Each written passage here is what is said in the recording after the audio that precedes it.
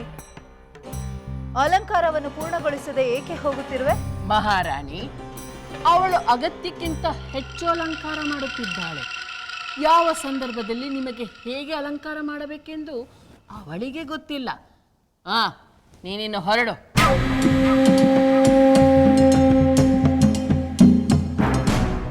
ಏನು ಹೇಳುತ್ತಿರುವೆ ಮಂಥರೆ? ವಿವಾಹದ ಸಂದರ್ಭಕ್ಕೆ ತಕ್ಕ ಹಾಗೆ ಲೇಪನಾದಿಗಳನ್ನು ಮಾಡು ಎಂದು ನಾನೇ ಅವಳಿಗೆ ಹೇಳಿದೆ. ನೀವು ಹೇಳುತ್ತಿರುವುದು ಸರಿ ಮಹಾರಾಣಿ. ಆದರೆ ಯಾವ ವಿವಾಹಕ್ಕೆ, ಯಾರ ವಿವಾಹಕ್ಕೆ ಎಷ್ಟರ ಮಟ್ಟಿಗೆ ಅಲಂಕಾರ ಇರಬೇಕೆಂಬ ಸೂಕ್ಷ್ಮ ಅವಳಿಗೆ ಗೊತ್ತಿರಲಿಲ್ಲ. ನಿನ್ನ ಮಾತು ವಿಚಿತ್ರವಾಗಿದೆಯಲ್ಲ. ಮನಸ್ಸಿನಲ್ಲಿ ಬೇರೇನನ್ನೋ ಇಟ್ಟುಕೊಂಡು ಇಲ್ಲಿ ಇನ್ನೇನನ್ನೋ ಹೇಳುತ್ತಿರುವಂತಿದೆ. ನಿಜ ಮಹಾರಾಣಿ. ನನ್ನ ಪ್ರಕಾರ ಸ್ವಂತ ಮಗನ ವಿವಾಹಕ್ಕೆ ಹೋಗುವಾಗ ಇರಬೇಕಾದ ಅಲಂಕಾರ, ಸಡಗರ ಸವತಿಯ ಮಗನ ವಿವಾಹಕ್ಕೆ ಹೋಗುವಾಗ ಅಗತ್ಯವಿಲ್ಲವೆಂದು ನನಗೆ ಅನಿಸುತ್ತದೆ. ಆದರೆ ಆ ಸಖಿ ನಿಮಗೆ ಮಾಡುತ್ತಿದ್ದ ಅಲಂಕಾರ ಸ್ವಂತ ಮಗನ ವಿವಾಹದಲ್ಲಿ ಭಾಗವಹಿಸುವಂತಿತ್ತು. ಕೌಸಲ್ಯಗೆ ಬೇಕಾದರೆ ಅದನ್ನು ಮಾಡಿಕೊಳ್ಳಲಿ, ನಿಮಗೆ ಅದರ ಅಗತ್ಯವಿಲ್ಲವೆಂಬುದು ನನ್ನ ಭಾವನೆ.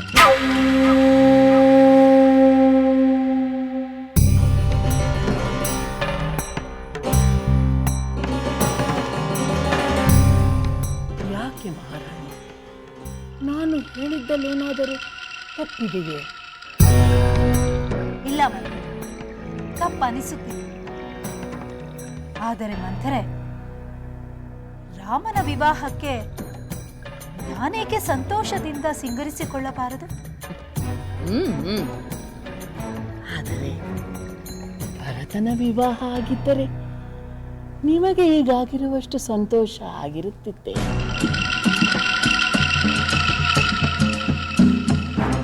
ಇಲ್ಲ ಇಲ್ಲ, ನನ್ನ ಮಗ ಭರತನ ವಿವಾಹವಾಗಿದ್ದರೆ ಆಗಾಗುತ್ತಿದ್ದ ಸಂತೋಷ ಸಂಭ್ರಮಗಳೇ ಬೇರೆ.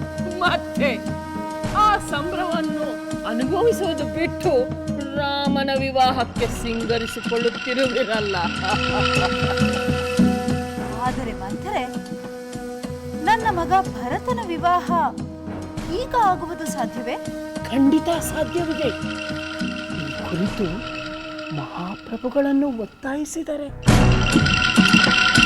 ಹಿಂದೊಮ್ಮೆ ಮಹಾಪ್ರಭುವನ್ನು ರಾಮನಿಗೆ ಸಿಗುವ ಯೋಗವು ನನ್ನ ಮಗ ಭರತನಿಗೂ ಸಿಗಬೇಕು, ಆ ಕೌಸಲ್ಯ ಪಡುವ ಸಂಭ್ರಮ ನಾನೂ ಪಡಬೇಕು ಎಂದು ಹೇಳಿದಾಗ ಅದಕ್ಕೆ ಮಹಾಪ್ರಭುಗಳು ಅವಕಾಶ ಬರಲಿ, ಖಂಡಿತ ನೆರವೇರಿಸಿಕೊಡುತ್ತೇನೆ ಎಂದು ಹೇಳಿದರು.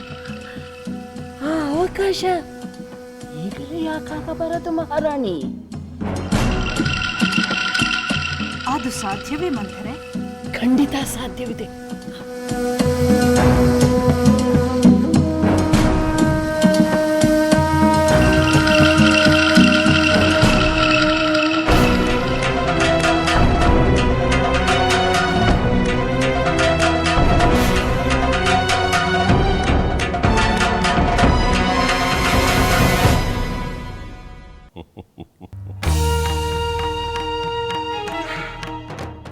ಅಮಾತ್ಯರೇ, ಮಂತ್ರಿ ಮಹೋದಯರು,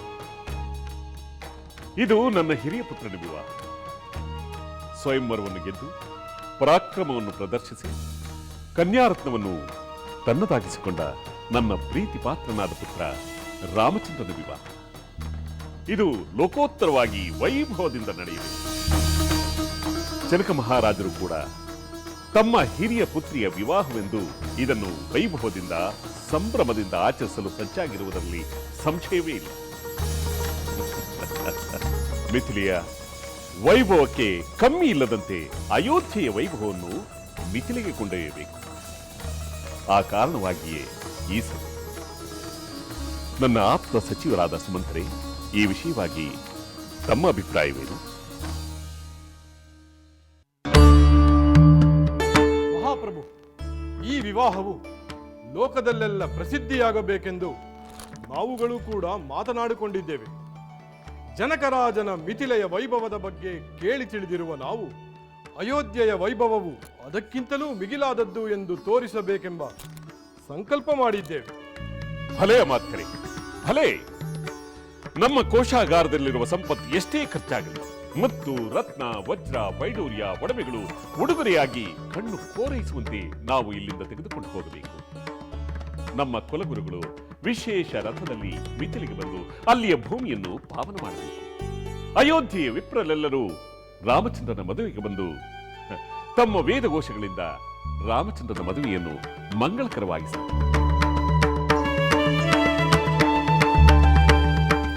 ಮಹಾಪ್ರಭು, ಈಗಾಗಲೇ ಶ್ರೀರಾಮನವರ ವಿವಾಹವನ್ನು ಮಿಥಿಲೆಯಲ್ಲಿ ನಿಶ್ಚಯಿಸಿರುವ ಸುದ್ದಿ ತಿಳಿದು ಅಯೋಧ್ಯೆಯಿಂದ ಮಿಥಿಲೆಯವರೆಗೂ ಜನಸಾಗರವೇ ಹರಿದು ಬರಲು ಸಿದ್ಧವಾಗುತ್ತಿದೆ ಪ್ರಭು. ಬರಲಿ ಬರಲಿ. ಪ್ರಜೆಗಳಿಗೆ ರಾಮಚಂದ್ರನ ಮೇಲೆ ಆದರ ಅಭಿಮಾನಗಳು ಎಷ್ಟಿವೆ ಎಂದು ಮಿಥಿಲೆಗೂ ತಿಳಿಯಲಿ.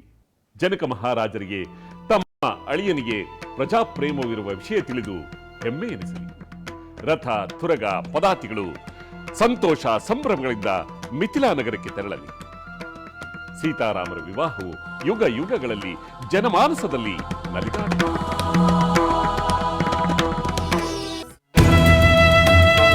ಮಹಾಪ್ರಭುವಿಗೆ ಪ್ರಣಾಮಗಳು. ಅಯೋಧ್ಯೆಯಿಂದ ಸಂದೇಶ ತಂದಿರುವೆ. ಬಾದೂತ, ನಿನ್ನ ಸಂದೇಶಕ್ಕಾಗಿ ನಾವು ಕುತೂಹಲದಿಂದ ಕಾಯುತ್ತಿರುವೆವು. ನಮ್ಮ ಸಂದೇಶವನ್ನು ಅಲ್ಲಿ ಓದಿ ಹೇಳಿದಿತಾನೆ? ದಶರಥ ಮಹಾರಾಜರು ತಮ್ಮ ಗುರುಗಳು ಸಚಿವರೊಡನೆ ಸಮಾಲೋಚಿಸಿ ಉತ್ತರವನ್ನು ಹೇಳಿದ್ದೂ ಆಯಿತು. ಏನೆಂದು ಹೇಳಿದರು? ಬೇಗ ತಿಳಿಸು. ದಶರಥ ಮಹಾರಾಜರು ತಮ್ಮ ಸಕಲ ಪರಿವಾರ ಸಮೇತರಾಗಿ ಮಿಥಿಲೆಗೆ ಆಗಮಿಸಿ ಸೀತಾರಾಮರ ವಿವಾಹವನ್ನು ಅತ್ಯಂತ ಸಂತೋಷದಿಂದ ನಡೆಸಿಕೊಡುತ್ತಾರೆ. ಆಹಾ, ಗುರುಗಳೇ, ನಾವು ನಿರೀಕ್ಷಿಸುತ್ತಿದ್ದ ಶುಭ ಸಮಾಚಾರ ಬಂದಾಯಿತು. ಇನ್ನು ಮಿಂಚಿನ ವೇಗದಲ್ಲಿ ವಿವಾಹ ಸಿದ್ಧತೆಗಳನ್ನು ಆರಂಭಿಸಿ.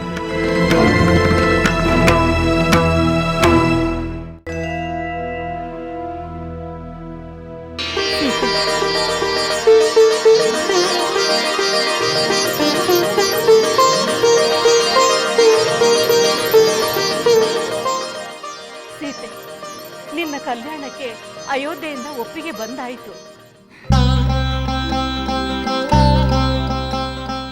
ಕಲ್ಯಾಣದಲ್ಲಿ ಪಾಲ್ಗೊಳ್ಳಲು ರಾಮನ ಪರಿವಾರದವರೆಲ್ಲರೂ ಶೀಘ್ರದಲ್ಲೇ ಅಲ್ಲಿಂದ ಹೊರಡಲಿದ್ದಾರೆ. ನಿನ್ನ ತಂದೆ ವಿವಾಹದ ಸಿದ್ಧತೆಗಳನ್ನು ಶೀಘ್ರವಾಗಿಯೇ ಮಾಡುತ್ತಿದ್ದಾರೆ. ಸೀತೆ, ನನ್ನಲ್ಲಿದ್ದ ಆತಂಕಗಳೆಲ್ಲವೂ ಅಂದು ನಿನ್ನ ಮಾತುಗಳಿಂದಲೇ ದೂರವಾಗಿದ್ದವು. ಆದರೆ ಇಂದು ನೀನು ಹೇಳಿದಂತೆ ಎಲ್ಲವೂ ನಡೆಯುತ್ತಿದೆಯಲ್ಲ ಎಂದು ಆಶ್ಚರ್ಯವಾಗುತ್ತಿದೆ. ಸೀತೆ, ನಿನ್ನಲ್ಲಿ ಒಂದು ಪ್ರಶ್ನೆಯನ್ನು ಕೇಳಲೆ? ಕೇಳಿ ಮಾತಾಶ್ರೀ. ಸೀತೆ, ಇಷ್ಟೊಂದು ನಿರಾತಂಕವಾಗಿ ಆಶಾವಾದಿಯಾಗಿ ನಿನ್ನ ವಿವಾಹದ ಕುರಿತು ನೀನಿರುವೆ ಅಲ್ಲ, ಇದು ನಿನ್ನಿಂದ ಹೇಗೆ ಸಾಧ್ಯವಾಯಿತು? ಕೊಂಚವಾದರೂ ಏನಾಗುತ್ತದೋ ಎಂಬ ಅಧೈರ್ಯವಾಗಲಿ ಚಿಂತೆಯಾಗಲಿ ನಿನ್ನಲ್ಲಿ ಇಲ್ಲವೇ? ರಾಮನೊಂದಿಗೆ ನಿನ್ನ ಮದುವೆ ನಡೆದೇ ತೀರುತ್ತದೆ ಎಂದು ನಿನಗೆ ಮೊದಲೇ ತಿಳಿದಿದ್ದೆ. ಗಿಣಿಗಳು ಎಷ್ಟು ಹೇಳಿದವೋ ಅಷ್ಟೇ ತಿಳಿದಿತ್ತು. ಗಿಣಿಗಳೇ? ಯಾವ ಗಿಣಿಗಳು? ಏನು ಹೇಳಿದವು? ಮಾತಾಶ್ರೀ, ವಾಲ್ಮೀಕಿ ಮಹರ್ಷಿಗಳ ಆಶ್ರಮದಿಂದ ಶುಕರಾಣಿ ಶುಕರಾಜ ಎಂಬ ಜೋಡಿ ಗಿಣಿಗಳು ನಮ್ಮ ಉದ್ಯಾನವನಕ್ಕೆ ಆಗಮಿಸಿದ್ದವು. ಆ ವಾಲ್ಮೀಕಿ ಮಹರ್ಷಿಗಳು ರಚಿಸಿರುವ ಮಹಾಕಾವ್ಯದ ಶ್ಲೋಕಗಳನ್ನು ಅವರು ಹೇಳಿದಾಗ ಗಿಣಿಗಳು ಕೇಳಿಸಿಕೊಂಡು ಕಲಿತಿದ್ದವು. ನಮ್ಮ ಉದ್ಯಾನವನದಲ್ಲಿ ಒಮ್ಮೆ ಅವು ಬಂದಾಗ ಶ್ಲೋಕಗಳನ್ನು ಹಾಡಿದಾಗ ನಾನು ಅವುಗಳನ್ನು ಕೆಲವು ಕಾಲ ನನ್ನ ಹತ್ತಿರ ಇರಿಸಿಕೊಂಡು ಸ್ವಲ್ಪ ಕಥೆಯನ್ನು ಕೇಳಿದೆ. ಅದರ ಪ್ರಕಾರ ಪುರುಷೋತ್ತಮನೊಬ್ಬನು ಬಂದೇ ಬರುತ್ತಾನೆ, ಶಿವಧನಸ್ಸನ್ನು ಹೆದೆಯೇರಿಸುತ್ತಾನೆ, ನನ್ನನ್ನು ವರಿಸುತ್ತಾನೆ ಎಂಬ ಆ ಶ್ಲೋಕದ ಮಾತುಗಳ ಬಗ್ಗೆ ನನಗೆ ವಿಶ್ವಾಸವಿತ್ತು. ಹೌದೇ? ಎಂತಹ ಅದ್ಭುತ! ಆ ಗಿಣಿಗಳು ಮುಂದೇನಾಗುತ್ತದೆ ಎಂದು ಹೇಳಿದವೆ? ಮುಂದಿನ ಕಥೆ ಕೇಳುವ ಭಾಗ್ಯ ನನಗುಳಿಯಲಿಲ್ಲ. ಆ ಹೆಣ್ಣು ಗಿಣಿ ತೀರಿಕೊಂಡಿತು. ಪಾಪ. ಹೋಗಲಿ ಬಿಡು ಸೀತೆ, ಮುಂದಿನದೆಲ್ಲ ತಾನಾಗಿಯೇ ತಿಳಿಯುತ್ತದಲ್ಲ.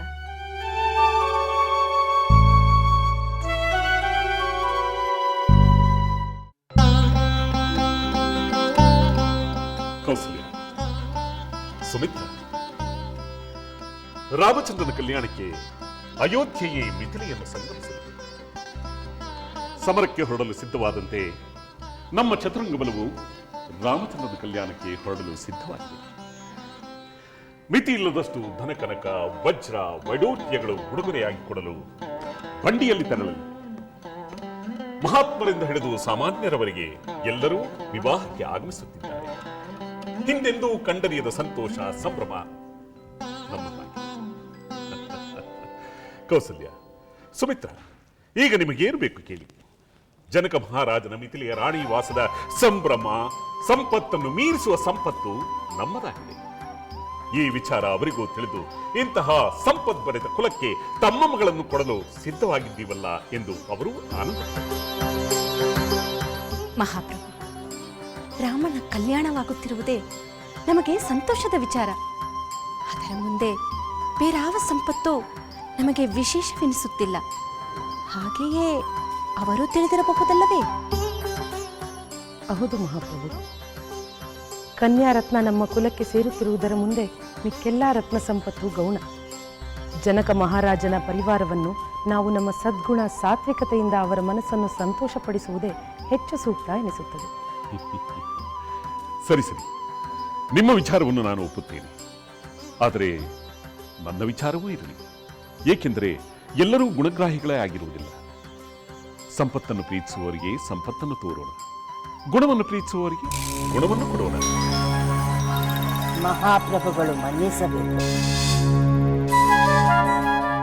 ಮಹಾಪ್ರಭು, ಒಂದು ಮುಖ್ಯವಾದ ವಿಷಯವಾದುದರಿಂದ ನಾನು ಮಧ್ಯದಲ್ಲಿ ಪ್ರವೇಶಿಸಬೇಕಾಯಿತು. ಮಹಾರಾಣಿ ಕೈಕೆ ಅವರು ರಾಮನ ವಿವಾಹಕ್ಕೆ ಬರುವುದಿಲ್ಲವೆಂದು ನಿರ್ಧಾರ ಮಾಡಿದ್ದಾರೆ.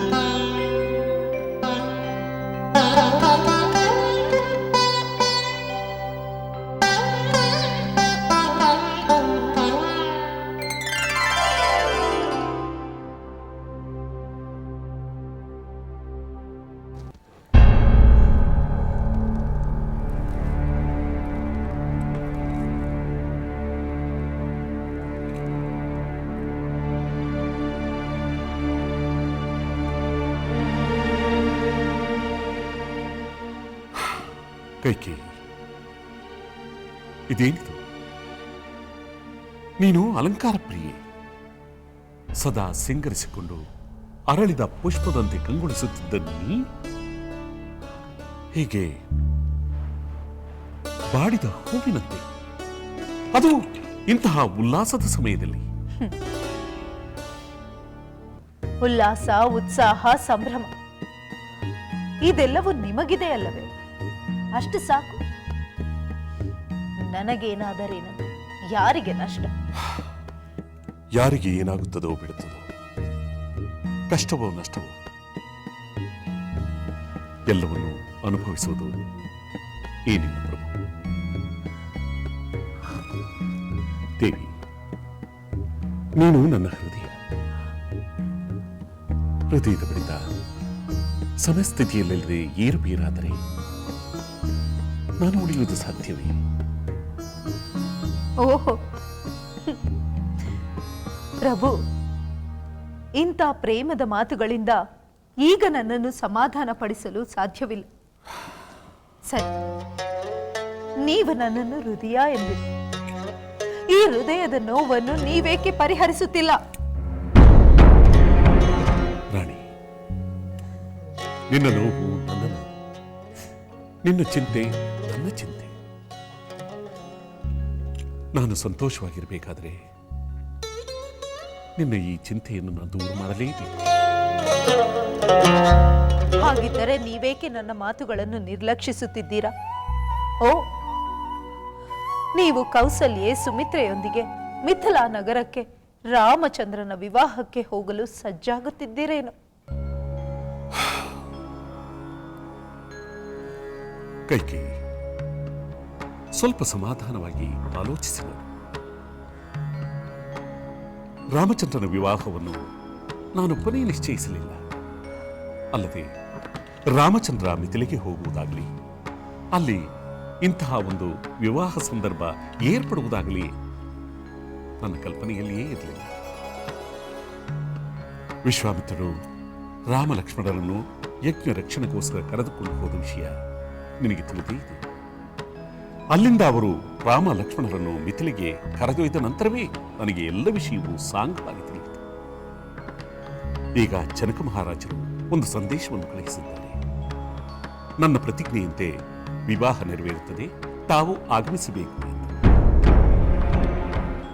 ವಿಶ್ವಾಮಿತ್ರರೇ ಸಮ್ಮತಿಯನ್ನು ನೀಡಿದ್ದಾರೆ. ಅಂತಹ ವಿಶ್ವಾಮಿತ್ರ ಮಹರ್ಷಿಗಳ ಸಮ್ಮುಖದಲ್ಲಿ ನಡೆಯುತ್ತಿರುವ ಈ ಕಾರ್ಯವನ್ನು ನಾವು ಪುರಸ್ಕರಿಸಲೇಬೇಕು. ಕೈಕೇಯಿ, ಒಂದು ವಿಷಯವನ್ನು ಆಲೋಚಿಸಿ. ಭರತನೇ ಮಿಥಿಲೆಗೆ ಹೋಗಿದ್ದರೆ, ಭರತನೇ ಇಂತಹ ಸಾಧನೆಯನ್ನು ಮಾಡಿದ್ದರೆ, ಆಗ ನಾವು ಭರತನ ವಿವಾಹಕ್ಕೆ ಹೋಗಲೇಬೇಕಾಗಿತ್ತಲ್ಲವೇ? ಕೌಸಲ್ಯ, ಸುಮಿತ್ರ ಭರತನ ವಿವಾಹಕ್ಕೆ ಬರಲೇಬೇಕಾಗಿತ್ತಲ್ಲವೇ? ಅದು ಈಗ ಬದಲಾಗಿದೆ ಎಂದು ತಿಳಿದು. ನನ್ನ ಮಗ ಭರತನ ಮದುವೆ ಎಂದಾಗುತ್ತದೆ? ಆಗುತ್ತದೆ. ಗುರು ಹಿರಿಯರ ನಿಶ್ಚಯದಂತೆ ಲಕ್ಷಣವಾದ ಕನ್ಯೆ ಭರತನಿಗೆ ಸಿಗುವುದಾದರೆ ಅದು ಯಾವ ಕ್ಷಣವಾಗಲಿ ನಾನು ಅವರ ವಿವಾಹವನ್ನು ನೆರವೇರಿಸುತ್ತೇನೆ. ನಿನಗೆ ಸಂತೋಷ, ಸಂಭ್ರಮ ಆಗುವುದಾದರೆ ಅದರಲ್ಲಿ ನಾನು ಭಾಗಿಯಾಗುತ್ತೇನೆ. ಆದಷ್ಟು ಶೀಘ್ರವಾಗಿ ಈ ಮಂಗಳ ಕಾರ್ಯ ನೆರವೇರಲಿ ಎಂದು ನಾನು ಕೂಡ ಆಶಿಸುತ್ತೇನೆ. ರಾಣಿ, ಒಂದು ನಂಬಿಕೆ ಇದೆ. ಒಂದು ಮಂಗಳ ಕಾರ್ಯ ನಡೆದರೆ ಅದರ ಹಿಂದೆಯೇ ಮತ್ತೊಂದು ಮಂಗಳ ಕಾರ್ಯವೂ ನಡೆಯುತ್ತದೆ ಎಂದು ಹಿರಿಯರು ಹೇಳುತ್ತಾರೆ. ಈಗ ನಿಶ್ಚಯವಾಗಿರುವ ಮಂಗಳ ಕಾರ್ಯಕ್ಕೆ ನೀನು ಸಂಭ್ರಮದಿಂದ ಭಾಗವಹಿಸು. ಆಗ ನೀನು ಅಪೇಕ್ಷೆ ಪಟ್ಟ ಶುಭ ಕಾರ್ಯ ಆದಷ್ಟು ಶೀಘ್ರವಾಗಿ ನೆರವೇರುತ್ತದೆ. ದಯವಿಟ್ಟು ನನ್ನ ಮಾತನ್ನು ಕೇಳು. ಎಲ್ಲರಂತೆ ನೀನೂ ಕೂಡ ರಾಮನ ವಿವಾಹಕ್ಕೆ ಹೊರಡಲು ಸಿದ್ಧಳಾಗ. ಆಯಿತು, ನಾನು ನಿಮ್ಮ ಮಾತನ್ನು ಗೌರವಿಸುತ್ತೇನೆ, ನಂಬಿಕೆ ತೋರುತ್ತೇನೆ. ನಾನೀಗ ವಿವಾಹಕ್ಕೆ ಹೊರಡಲು ಸಿದ್ಧಳಾಗುತ್ತೇನೆ. ಬಹಳ ಸಂತೋಷ ಮಹಾರಾಣಿ, ಬಹಳ ಸಂತೋಷ.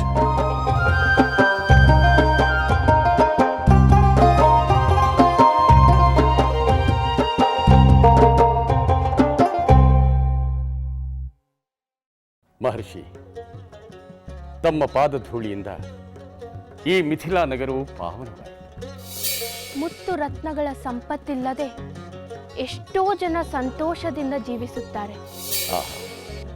ಮಹಾರಾಜ, ತಮ್ಮ ಮಾತಿನಲ್ಲಿರುವ ಧರ್ಮ, ವಿನಯ ಕಂಡು ನನಗೆ ಅತೀವ ಆನಂದ ಉಂಟಾಯಿತು. ದಶರಥ ಪುತ್ರರೇ, ಜನಕನ ಪರಿವಾರದಲ್ಲಿದ್ದ ಅನುಮಾನವು ತಮ್ಮನ್ನು ಕಾಡುತ್ತಿದೆಯೇ? ಲಂಕೆಯಲ್ಲಿನ ದುರುಳ ದರ್ಪವು ಸೀತೆ ಸಹನೆಗೆ ಸೋತಿತು. ಅಂಕೆ ಇರದ ಅಸುರ ಕುಲವು ರಾಮ ಬಾಣಕ್ಕೆ ಅಡಗಿತು. ದೂರವಿರಲಿ ಸನಿಹವಿರಲಿ ರಾಮ ಹೃದಯ ನಿವಾಸಿನಿ. ಯುಗವು ಯುಗವು ಸಾಗಲಿ ಅಕಳಂಕ ಪ್ರೇಮ ಪ್ರಬೋಧಿನಿ. ಅಮರ ಗಾಧೆ ಧರಣಿ ಜಾತೆ ಸಾಧ್ವೆ ಸೀತೆ ಸುಚರಿತೆ. ಸಹನ ಶಕ್ತಿ ಪತಿಯ ಭಕ್ತಿ ಲೋಕಮಾನ್ಯ ವಂದಿತೆ.